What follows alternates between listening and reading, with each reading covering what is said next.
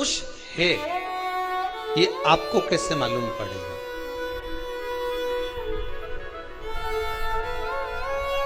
पितृ भूखे हैं, इसका तो वर्णन हमने पहले कर दिया कि रात्रि को जब आप सोने के बाद में 1-1.5 घंटे बाद अगर आपकी नींद खुल जाए, 1 घंटा 1.5 घंटा आप सो लिए, उसके बाद जो नींद खुली तो 1-1.5 घंटे तक अगर आपको नींद नहीं आ रही है, रात्रि को सोने के बाद में 1 घंटे बाद जब उठे तो आपको प्यास लग गई, भूख लगने लगी, प्यास लगने लगी कि मेरे को पानी पीना पड़ेगा, घबराहट हो रही, पानी पीना पड़ेगा। 1-1.5 घंटे सोने के बाद अचानक नींद खुले और आपको प्यास लगे, समझ लेना आपके पितृ भूखे हैं और प्यास है।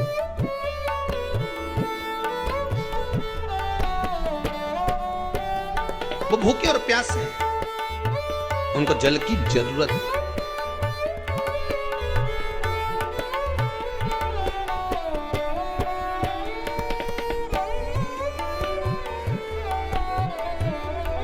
किसी भी नदी में, सरोवर में, कुंड में, बावड़ी में, तालाब में, आप तीर्थ में जाकर जब स्नान करते हैं तो स्नान करने के बाद एक काम का नियम बना लो कि अपने हाथ की अंजलि में जल लेकर अपने पूर्वजों को देना। प्यासे रहे, भगवान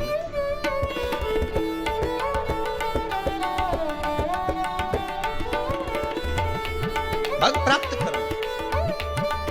3 वृक्ष पितरों के तुल्य हैं, बट वृक्ष, तीसरा बेलपत्र का वृक्ष, ये पितरों के तुल्य हैं। अगर आपको रात्रि में नींद नहीं आ रही है, ऐसा लगता है कि रात्रि को 1 घंटा 1.5 घंटा सोने के बाद कुछ गलत गलत विचार आने लगते हैं, नींद सुबह 3 बजे तक 4 बजे तक नहीं आती, 4 बजे के बाद फिर नींद आती है, तो एक प्रैक्टिकल जरूर कर देखना। एक प्रैक्टिकल करने में क्या जाता है, प्रयास करने में क्या कुछ जाता है क्या? प्रैक्टिकल कर देखना कि कहीं सियोर वाला महाराज झूठ तो नहीं बोल रहा, तो प्रैक्टिकल करने में कुछ नहीं जाए।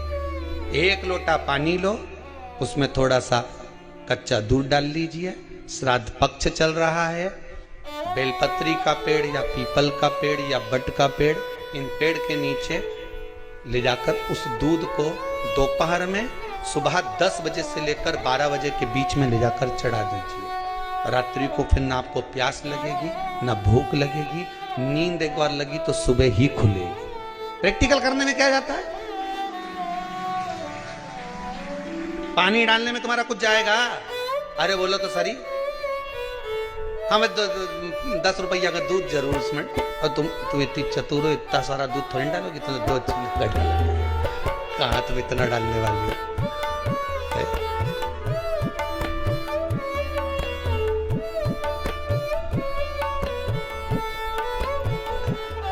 कहा बहुत चतुर लोग हो रहे संसार में,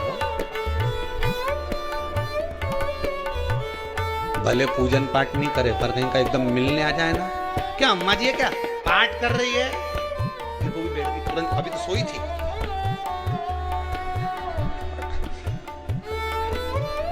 तुरंत। क्यों पंडित जी हैं क्या, उनसे थोड़ा सा काम है, अभी माला जप रहे हैं, मालूम पड़े पंडित जी तो आराम से सेव फल खा रहे थे। अब प्लेट सोफा के नीचे घुसे,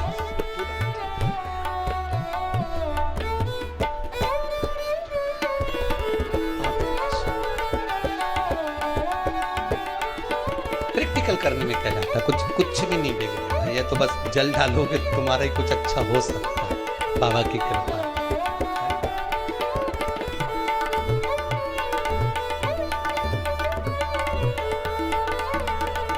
तीन वृक्ष पितरों के तुल्य हैं। पहला जम के बोलिए पीपल, दूसरा बट वृक्ष, तीसरा बेलपत्री का वृक्ष। 3 पीपल के वृक्ष में 52,000 ब्राह्मण एक साथ निवास करते हैं, इसलिए पितृतुल्य। बट वृक्ष ब्रह्मा जी के मस्तक से बना, इसलिए पितृतुल्य। और बेलपत्री का वृक्ष माता पार्वती जी के अश्रु से बना। जब आंसू गिरे थे माता जगत जननी जगदम्बा पार्वती के, उस समय पर पितृलोक में हलचल उत्पन्न हो गई थी। हमारी नातिन की आंख में आंसू कैसे आ गए? मैनावती की पुत्री है,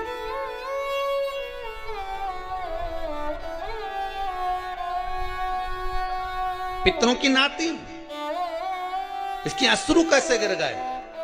पार्वती जी ने कहा ये आंसू नहीं, मेरा पुण्य भाग प्रकट करती हूं बेलपत्री के रूप में। तो पितरों ने वर दिया था कि ये बेलपत्री का वृक्ष हमारा आशीर्वाद है, इसके नीचे अगर कोई दीप लगाता है, शिव को स्पर्श कर चढ़ाता है, उसके पितरों की शांति होगी। हम स्वयं उसको आशीर्वाद देने के लिए पधारे। बेलपत्र का पितृत्व।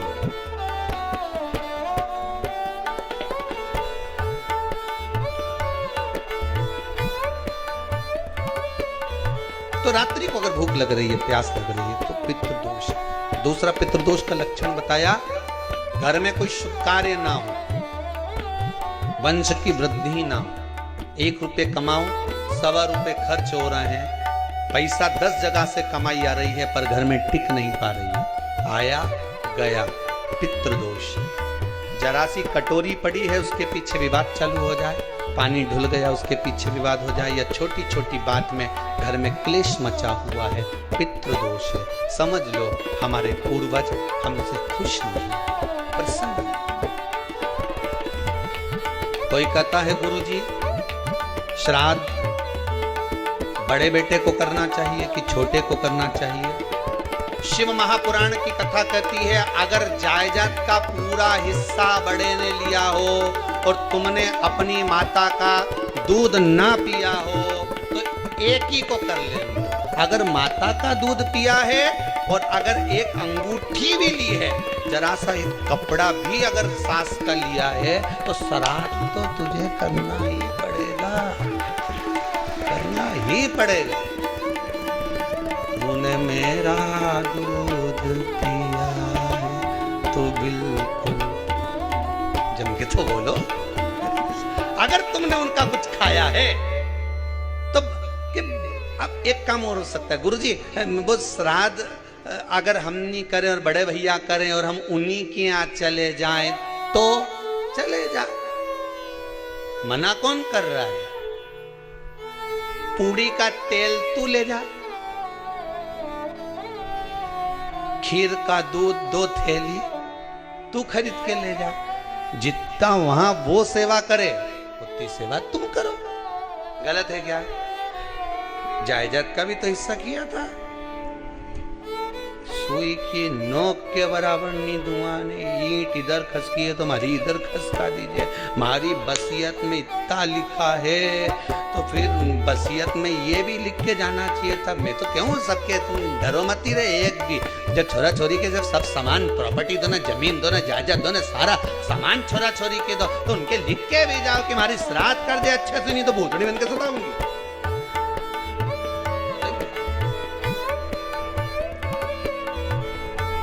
श्राद्ध करो। कितना दिया तुमको? बोलो, ईमानदारी से बोलना, कितना दिया? ढेरों। और एक बात बहुत अच्छे से कहूंगा, आप लोगों के जीवन में उतरे। अगर मायके में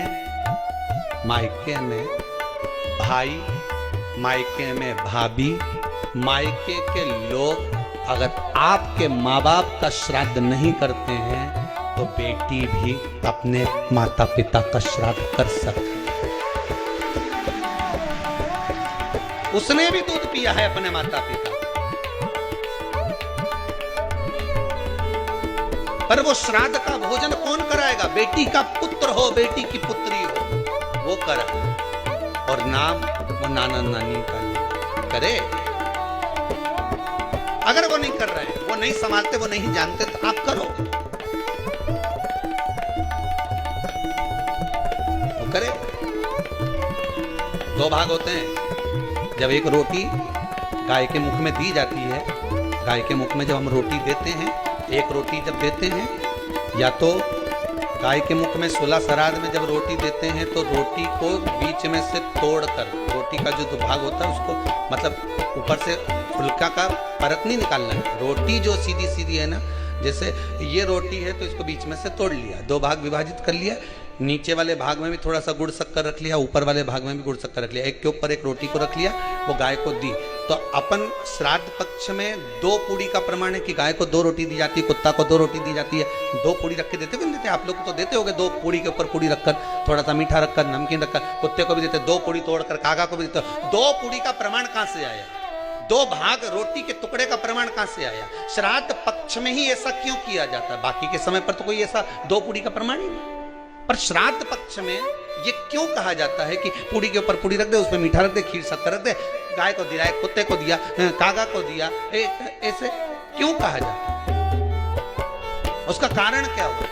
उसका केवल एक कारण है, जो नारी ने भोजन का निर्माण करा है, जो घर की बहू भोजन बनाई है, जो घर की बेटी ने भोजन बनाया है, घर की माता ने भोजन बनाया है। महाराज, पिता पुरुष एक कुल को तारता है, बेटी 2 कुल को तारती है। जब श्राद्ध पक्ष में 2 भाग रोटी के कर गाय को देती है तो 1 भाग तो उसके ससुराल वालों को मिलता है।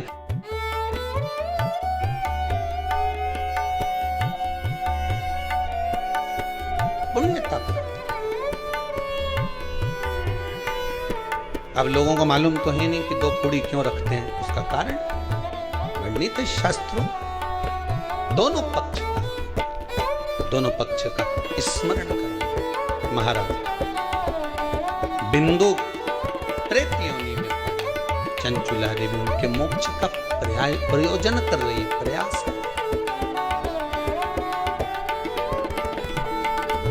क्या करा जाए कि इनको मोक्ष मिल जाए?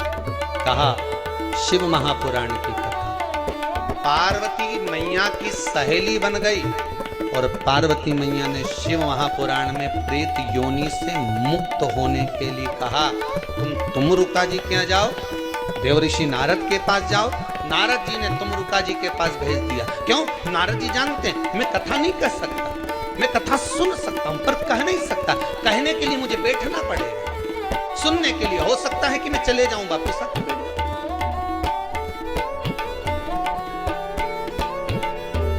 तुमरुका जी से कहा कथा कह दोगे?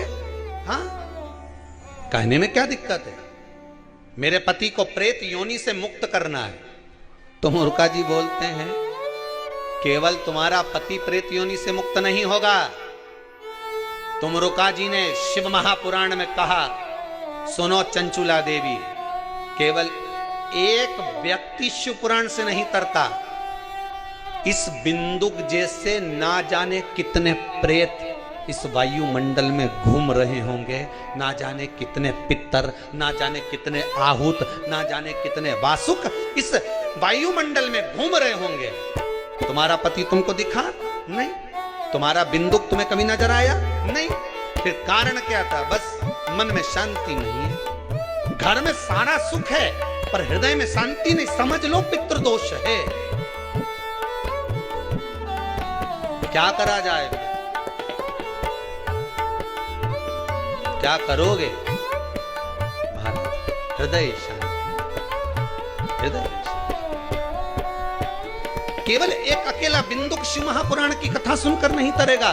तुमरुका जी कहते हैं जिस समय पर मैं शिव महापुराण की कथा कहूंगा, सुनो चंचुला देवी, इस संसार के इस भूमंडल पर मृत्यु लोक में जितने भी जीव इस संसार सागर में भटक रहे होंगे, शिव महापुराण की कथा सुनकर वो भी तर जाएंगे। ये अकेली बिंदु को तारने वाली नहीं है, इस मृत्यु लोक में जो विराजमान। आज भी नियम है महाराज, श्राद्ध का भोजन टेबल पर नहीं कराया जाता, श्राद्ध का भोजन ब्राह्मण को कुर्सी पर बिठाकर नहीं कराया जाता, श्राद्ध का भोजन किसी कराया जाता, श्राद्ध का भोजन किसी प्रमाण है कि ब्राह्मण के लिए भूमि पर आसन लगना चाहिए और जमीन पर बैठकर कराना चाहिए। तब क्यों?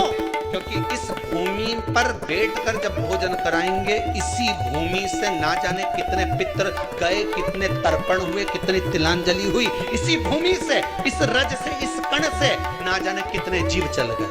अब लकड़ी पर या टेबल पर या कुर्सी पर बैठकर ब्राह्मण को भोजन कराने का प्रमाण नहीं है। अब आपका फैशन ज्यादा हो गया तो बात दूसरी है। पंडित जी ऊपर बैठ के खा लोगे क्या? पंडित जी तो बोल देंगे अच्छा है खिला दो।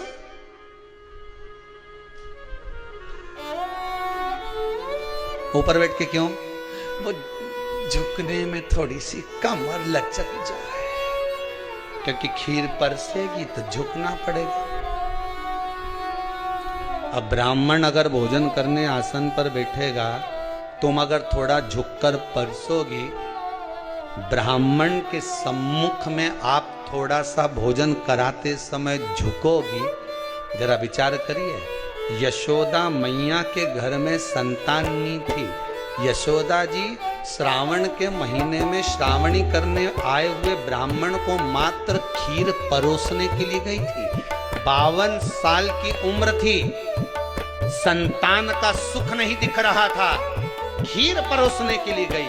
उतनी देर में ब्राह्मणों ने देखा इनके घर में संतान नहीं है, पुत्र भव कह दिया। और यशोदा जी के पति श्री नंदराय जी कह रहे हैं कि बाबा मैं 60 का, ये 55 की, बाल हो गए धोले, और तुम कह रहे हो पुत्र होगा। कहां से होगा? ब्राह्मण कहते हैं ब्राह्मण जब भोजन करता है, भोजन करते समय जब वर देता है, वो वर गलत नहीं हो सकता, कहीं से भी आएगा, पर छोरा तो आएगा। और आया, कहीं से भी आया, पर पुत्र आया, क्योंकि आशीर्वाद दिया था। श्राद्ध पक्ष का भोजन टेबल पर नहीं, कुर्सी पर नहीं, श्राद्ध पक्ष का भोजन ब्राह्मण को आसन लगाकर जमीन पर कराना चाहिए, भूमि पर।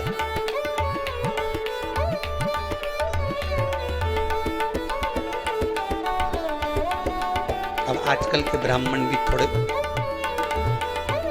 नीचे,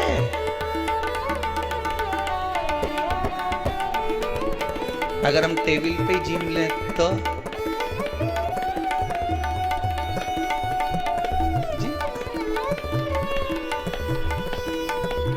क्या बोले भी तो का